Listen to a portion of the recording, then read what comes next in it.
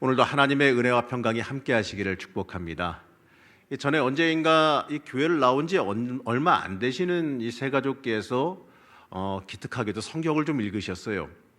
그러니까 책을 좀 좋아하시는 분이었는지 몰라도 좀 이 성경책을 갖다가 이걸 읽어야 자기가 교회를 나오기로 마음먹었으니 뭔가를 좀 알지 않을까 싶은 마음이 들어서 이 성경책을 창세기부터 그냥 시간 내서 마치 소설책 읽듯이 그냥 쭉 읽어 나갔다고 합니다. 그러면서 이 한참 정도, 한 6개월 정도 좀 지나고 나서요, 그 다음에 말씀을 나누는데 이분이 성경을 6개월 동안 열심히 읽었어요. 읽으시면서 그 느낀 점을 굉장히 인상 깊게 저에게 얘기하신 적이 있습니다. 뭐라고 하셨냐면, 목사님 성경을 읽다 보니까 무슨 블록버스터 영화를 보는 것 같아요. 거기서 제가 좀 의아스러워, 아니 무슨 말씀이시죠? 라고 여쭤봤더니 이렇게 말씀하세요. 가만 생각해 보니까 맞는 것 같아요. 홍해 바다가 갈라지고 여리고성이 무너지고 하늘에서 불이 떨어집니다. 영화 같은 놀라운 기적 이야기가 성경 안에 가득하더라 이거죠.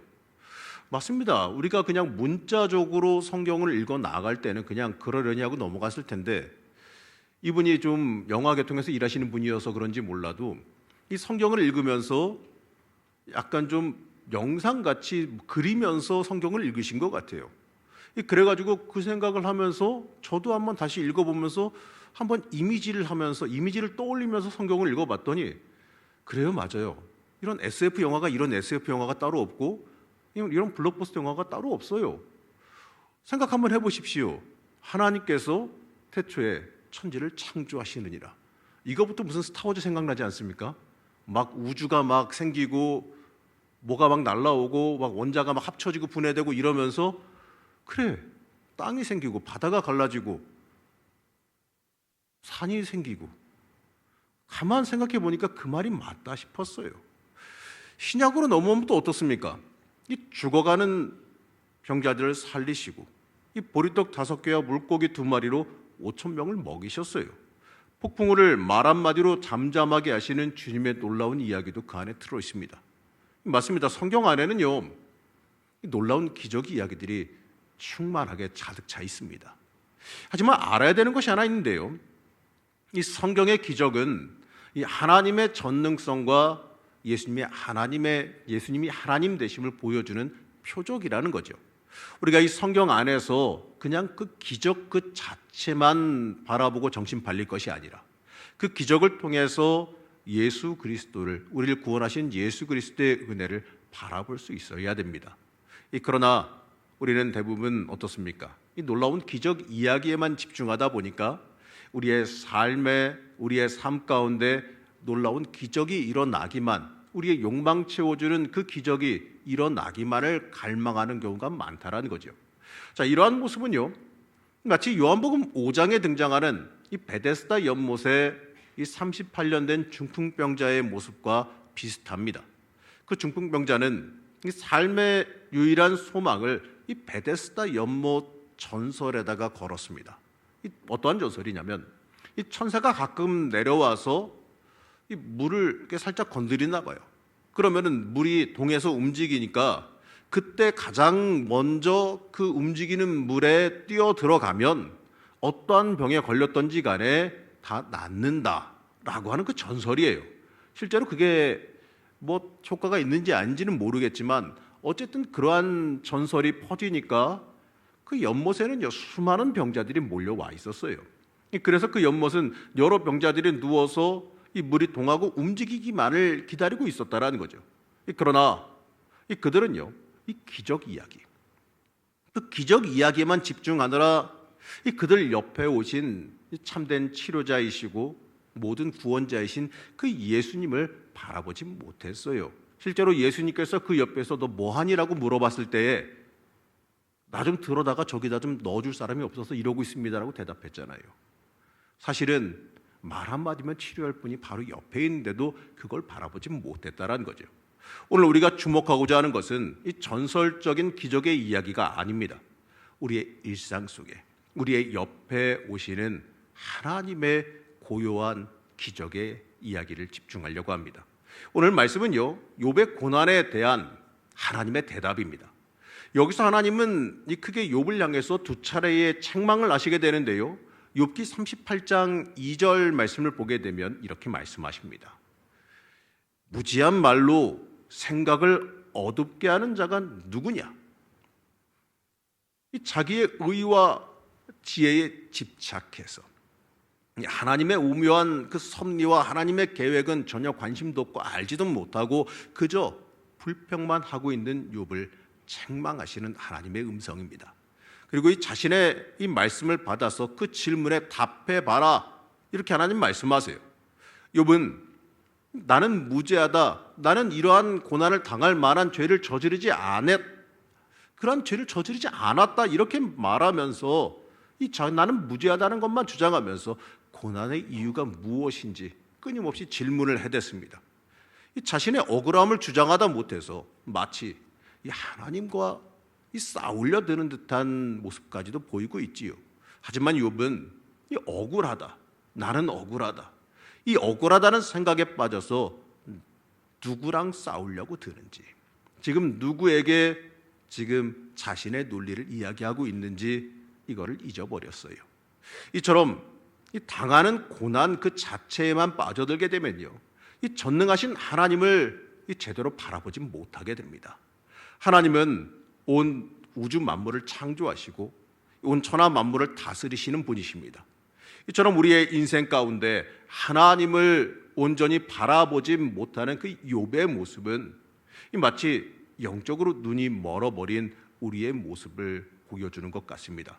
그저 욕심에 눈 어두워 이 처한 어려움만 바라보다가 우리의 인생 가운데 섭리하시며 이끄시는 하나님을 온전히 바라보지 못하게 된다는 겁니다. 그저 손해보지 않으려는 그 마음과 눈앞에 이득 하나만 쫓다 보니까 이 하나님의 주인 되심을 바라보지 못한다라는 거죠. 그리고 원망과 불평만 늘어놓게 됩니다. 왜 내 인생에는, 하나님 왜 내 인생에는 눈에 보이는 확연하게 드러나는 놀라운 기적이 일어나지 않습니까? 왜 내 소원이 이루어지지 않습니까? 이러한 불평만 늘어놓고 있는다라는 거죠. 여러분, 혹시 우리가 이러한 삶을 살고 있지는 않습니까? 이 하나님의 입장과 하나님의 계획을 바라보지 못하고 그저 내 욕심과 내 만족함만을 위해서 이 땅을 살아가고 있지는 않느냐라는 겁니다. 말로는 신앙을 외칩니다. 말로는 하나님 중심을 잘 외칩니다.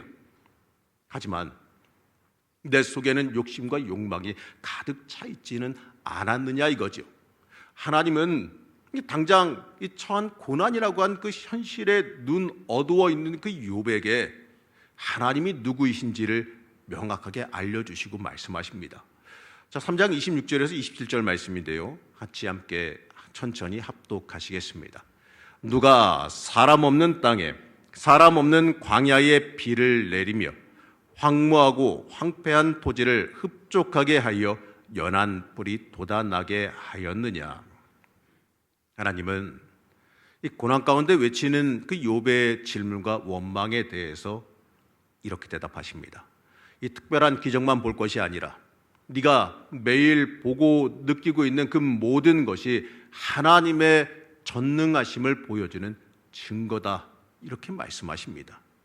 당연하게 우리에게 있는 그 일상, 이 삶에서 일어나는 그 모든 것들이 사실은 다 하나님의 놀라운 기적의 역사라는 겁니다.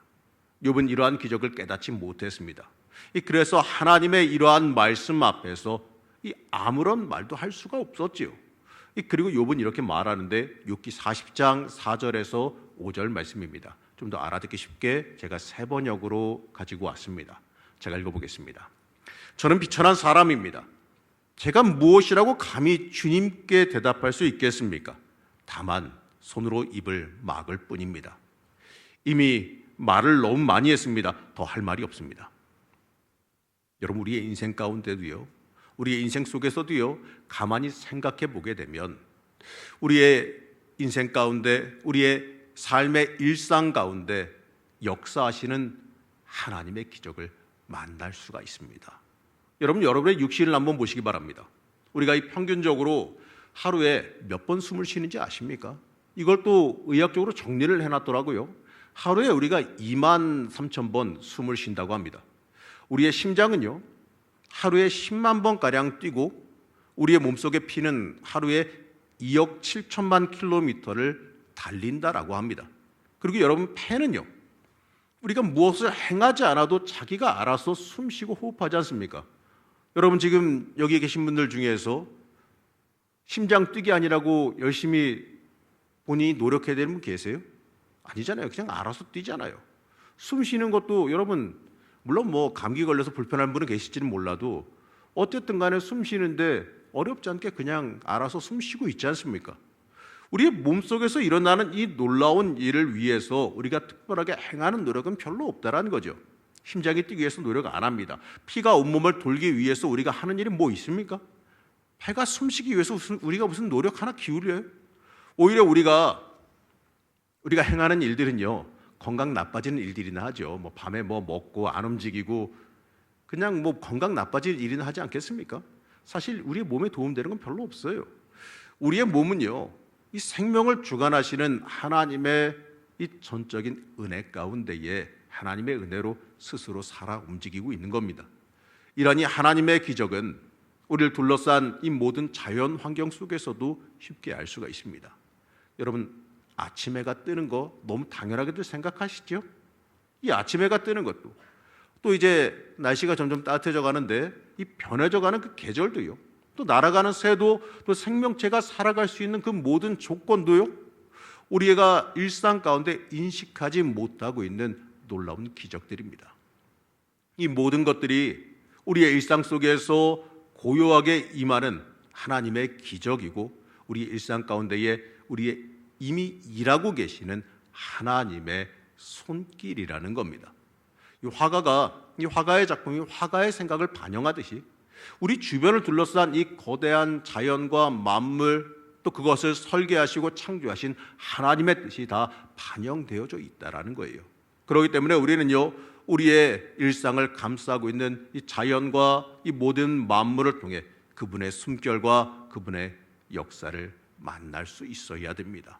이 하나님을 향한 우리의 영적인 눈이 열린다면요, 우리는 이 봄날의 따사로운 햇빛 속에서도 그분의 생명의 영을 느낄 수 있어야 돼요. 그리고 우리가 영의 눈이 열리면 옆 사람들 한번 보세요. 옆 사람들 한번 쭉 보세요.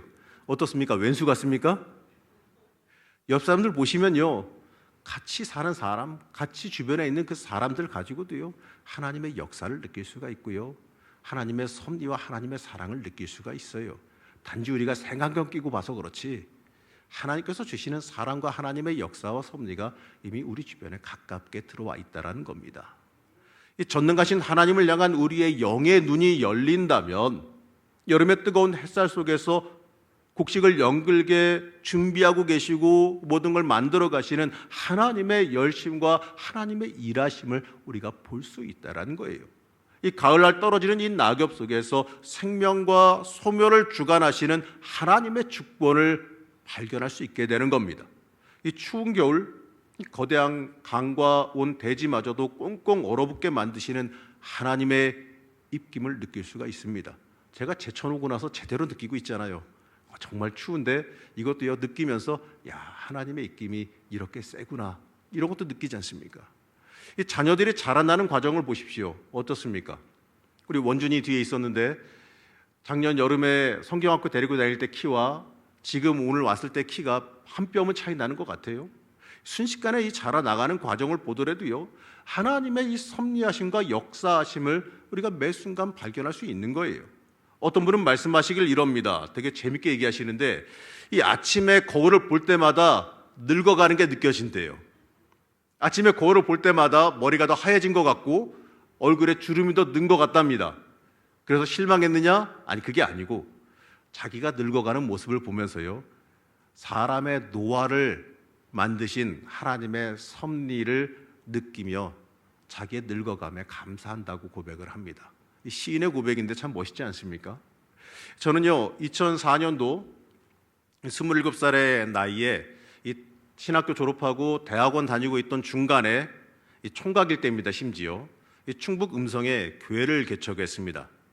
그 마을 자체가 고추 농사로 굉장히 유명한 마을이어서 하고 싶진 않았지만 강제로 마을 할머니들이 남는 모종을 갖다 주시고 또 강제로 옆에서 혼내시면서 마당에다가 심게 하시는 바람에 고추 품종을 좀 얻어다가 억지로 교회 마당 한켠에 생전 처음 보는 농사를 지었습니다. 사진을 한번 띄워보시면은, 자, 저기 꼴나게 마당 한켠에다가 고추를 갖다가 심었어요. 저거 봐요. 삐뚤빼뚤 얼마나 꼴납니까? 그리고 바닥에 비닐도 깔았잖아요. 그래도 뭘 한다고 제가 비닐을 깔겠어요. 그냥 심어놨더니, 그냥 심으려고 그랬더니 옆집 할머니가 오셔서 등짝을 한 대 때리시면서 비닐을 갖다가 깔아주셨습니다. 참 꼴나죠? 근데 보게 되면요, 어쨌든 간에 생전 처음 농사를 지었는데 허술해 보일지라도 많이 노력을 했어요. 근데 신기하게도요, 농사 한번 지어본 적 없고 식물 키우는데 재능 하나 없고 식물 죽이는데 재능이 참 좋은 저였는데, 근데요, 저게 잘 자라더라고요. 실제로 보게 되면 여기에는 사진이 좀 색깔이 좀 안 좋게 나왔는데, 그때 카메라가 없다 보니까 그랬는데 아주 제가 보기엔 실하게 잘 컸어요. 실제로 뭐 시장에서 파는 것보다 큽니다. 근데 이제 동네 할머니들은 이걸 이렇게밖에 못 키웠냐 이렇게 혼내시긴 했는데, 자, 신기하게 참 잘 자라더라고요. 이 당시에 서울에 있는 학교를 다니면서 목회를 하는지라 잘 돌아보지도 못했고요. 간혹 물 주는 것도요, 까먹고 잘 주지도 않고 잡초도 잘 안 뽑아주는데 잘 자라요. 고추가 열렸습니다. 저는 그때까지 몰랐어요. 따면 끝인 줄 알았는데, 고추 한번 따고 나면 아유, 이제 수확했으니까 다시 신경 안 써도 되겠구나 싶어서 좋았는데, 조금 지나니까요, 또 자라네. 막 자라네요. 더 신기한 건요, 저는 고추나무에 꽃이 피는 거 몰랐어요. 꽃이 피는데 이쁘더라고요. 제가 한 거는 간혹 많이 빼먹었지만 물 주는 거, 그리고 정말 가끔이지만 잡초 뽑아준 거, 이게 전부 다입니다. 근데 하나님께서요, 거기 햇빛이 잘 들기는 해요. 따사로운 햇빛을 주시고 또 고추 줄기와 이파리를 생명의 바람으로 만지시고 또 땅을 통해서 생명의 역사를 쉬지 않고 불어넣어 주셨기 때문에 열매가 감당하지 못할 정도로 많이 열렸어요. 학교에 가서 이제 바리바리 싸들고 갈 때마다 싸가지고 가지고 이 친구들에게 나눠주면서 서로 신기해했습니다. 그리고 하나님의 이 생명을 주관해 주시며 함께 감사했던 기억이 있어요. 이 기탄잘리로 이 노벨 문학상을 수여하고 우리나라를 향해서 이 동방의 등불이라고 하는 시를 냈던 이 유명한 인도의 타고르라고 하는 시인은 일상 속에서 드러난, 그러니까 하나님의 능력, 신의 능력을 이렇게 비유합니다. 제가 읽어보겠습니다. 나는 나무에게 물었다. 하나님에 대해서 말해주겠니? 그러자 나무는 꽃을 피웠다. 물론 기독교는 아니었지만 이 신에 대한 그의 생각은 이 많은 것을 깨닫게 합니다. 하나님의 모습은 생명을 주관하신 데서 드러나는 거죠. 우리가 늘 당연하게 바라보는 그 자연과 환경, 우리의 일상 속에서 가지고 있는 그 모든 것들 그 자체가 하나님의 살아계심, 하나님의 역사하심 그 자체라는 겁니다. 우리는 일상 속에서 하나님의 능력을 매일마다 경험하며 살아가고 있습니다. 다만 내가 보고 싶은 것만 보려 하기 때문에 우리의 일상 가운데 이 충만하게 자리 잡고 있는 하나님의 은혜를 발견하지 못하는 것뿐이지요. 어린아이들 보게 되면요, 이 사소한 것들을 보면서 참 감탄하고 감사하는 걸 보게 됩니다. 이 길에 핀 예쁜 꽃 보면서 감탄하는 모습도 보게 되고, 하늘의 구름 보면서 뭐 닮았다 이러면서 감탄해하고 감사해하는 모습을 보게 되죠. 근데 여러분, 우리는 어떻습니까? 우리의 믿음과 신앙이 이제는 자라고 성장하고 이제 나이 먹었다고 해서 점점 메말라 가고 있지는 않습니까? 바로 우리를 둘러싼 일상과 삶에 대한 감탄과 감사를 잃어버렸기 때문에 그렇습니다.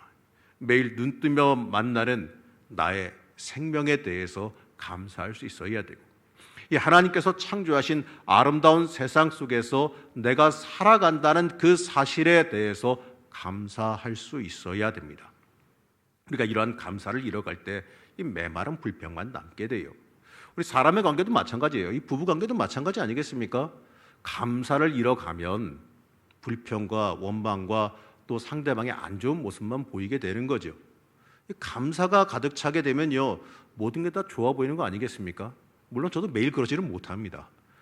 하지만 우리가요, 감사를 잊지 말아야 된다는 거예요. 나에게 주신 그 모든 것 자체, 생명과 삶 자체, 인생 자체가 사실은 다 하나님 주신 감사함의 연속이라는 겁니다. 우리가 이 감사를 잃어가게 되면요, 불평과 불면밖에 안 남아요. 우리에게 진실로 필요한 건요, 내 삶을 극적으로 뒤집어 놓을 이 놀라운 물리적인 기적, 천지가 개벽하는 기적, 이런 게 아닙니다. 일획천금 같은 것도 아니에요. 이미 우리의 삶에 펼쳐 놓으신 하나님의 기적을 발견하는 영적인 눈이 열리면 되는 겁니다. 사랑하는 성도 여러분 무엇을 바라보며 살아가십니까? 내 욕망의 눈으로 불평할 것들, 그런 것만 바라보며 살아가십니까? 아니면 하나님의 영광을 위한 관점에서 세상을 바라보며 살아가십니까? 우리는 하나님의 피조물입니다. 하나님의 은혜로 살아가는 존재들입니다. 우리는 하나님의 기적으로 살아온다는 걸 잊지 마시기 바랍니다. 내 삶 속에 하나님께서 주신 기적이 충만해요. 그리고 감히 여러분들에게 말씀드릴 건요, 지상 최대의 기적은 예수님입니다. 예수님의 그 오심과 죽음, 이 부활과 승천에 이르기까지 그 삶 전체가 사실은 다 기적이죠. 이 세상의 어떠한 기적과도 비교할 수 없는 놀라운 기적 이야기입니다. 우주에 비치신 그분께서 이 세상의 어두움 속으로 들어오셨기 때문이에요. 하늘의 왕께서 이 죄인들의 친구가 되어 주셨기 때문에 그렇습니다. 이 죽어 마땅한 죄인을 위해서 십자가에 자신의 몸을 친히 내려놓으셨어요. 성경이 놀라운 기적을 이렇게 말하는데, 로마서 5장 8절 말씀입니다. 우리 로마서 5장 8절 말씀 같이 천천히 한 목소리로 합독하시겠습니다. 우리가 아직 죄인 되었을 때에 그리스도께서 우리를 위하여 죽으심으로 하나님께서 우리에 대한 자기의 사랑을 확증하셨느니라. 아멘. 우리를 향한 그 하나님의 사랑, 그 놀라운 기적에 여러분 감탄하시기를 축복합니다. 그 사랑에 감탄하고 그 사랑의 이야기에 환호하시기 바랍니다. 그분의 기적이 우리에게 생명을 주었고 그 생명의 성령이 우리를 살립니다. 내가 숨쉬고 살아가는 순간순간 생명의 바람을 느낄 때마다 우리의 일상 속 우리의 곁에 다가오시는 예수 그리스도를 만나시기를 축복합니다. 우리 사랑하는 성도 여러분, 늘 영의 눈이 열려 하나님의 역사하심을 직접 인식하며 살아가시길 축복합니다. 잊지 마십시오. 여러분들은 기적의 사람들이고 하나님께서 우리의 일상 가운데 기적으로 늘 역사하고 계십니다. 하나님은 우리의 일상 속에 지금도 함께 하시며 우리도 모르게 역사하고 계세요. 그 하나님의 일하심과 섭리하심 위에 내가 이미 있음을 잊지 마시고 하나님께 온전히 내 모든 것을 내어 맡기는 주의 자녀 되시기를 축복합니다. 우리가 이제 사순절을 살아가고 있습니다. 이 사순절을 지내면서 우리를 사랑하신 그 놀라운 그 기적의 역사를 여러분들 깊게 묵상하시며 지나가시기를 바랍니다. 우리 일상 속에 우리와 함께 하시는 그 하나님께 순간순간마다 이번 한 주간도 감사하며 살아가시기를 시간 간절히 축복합니다.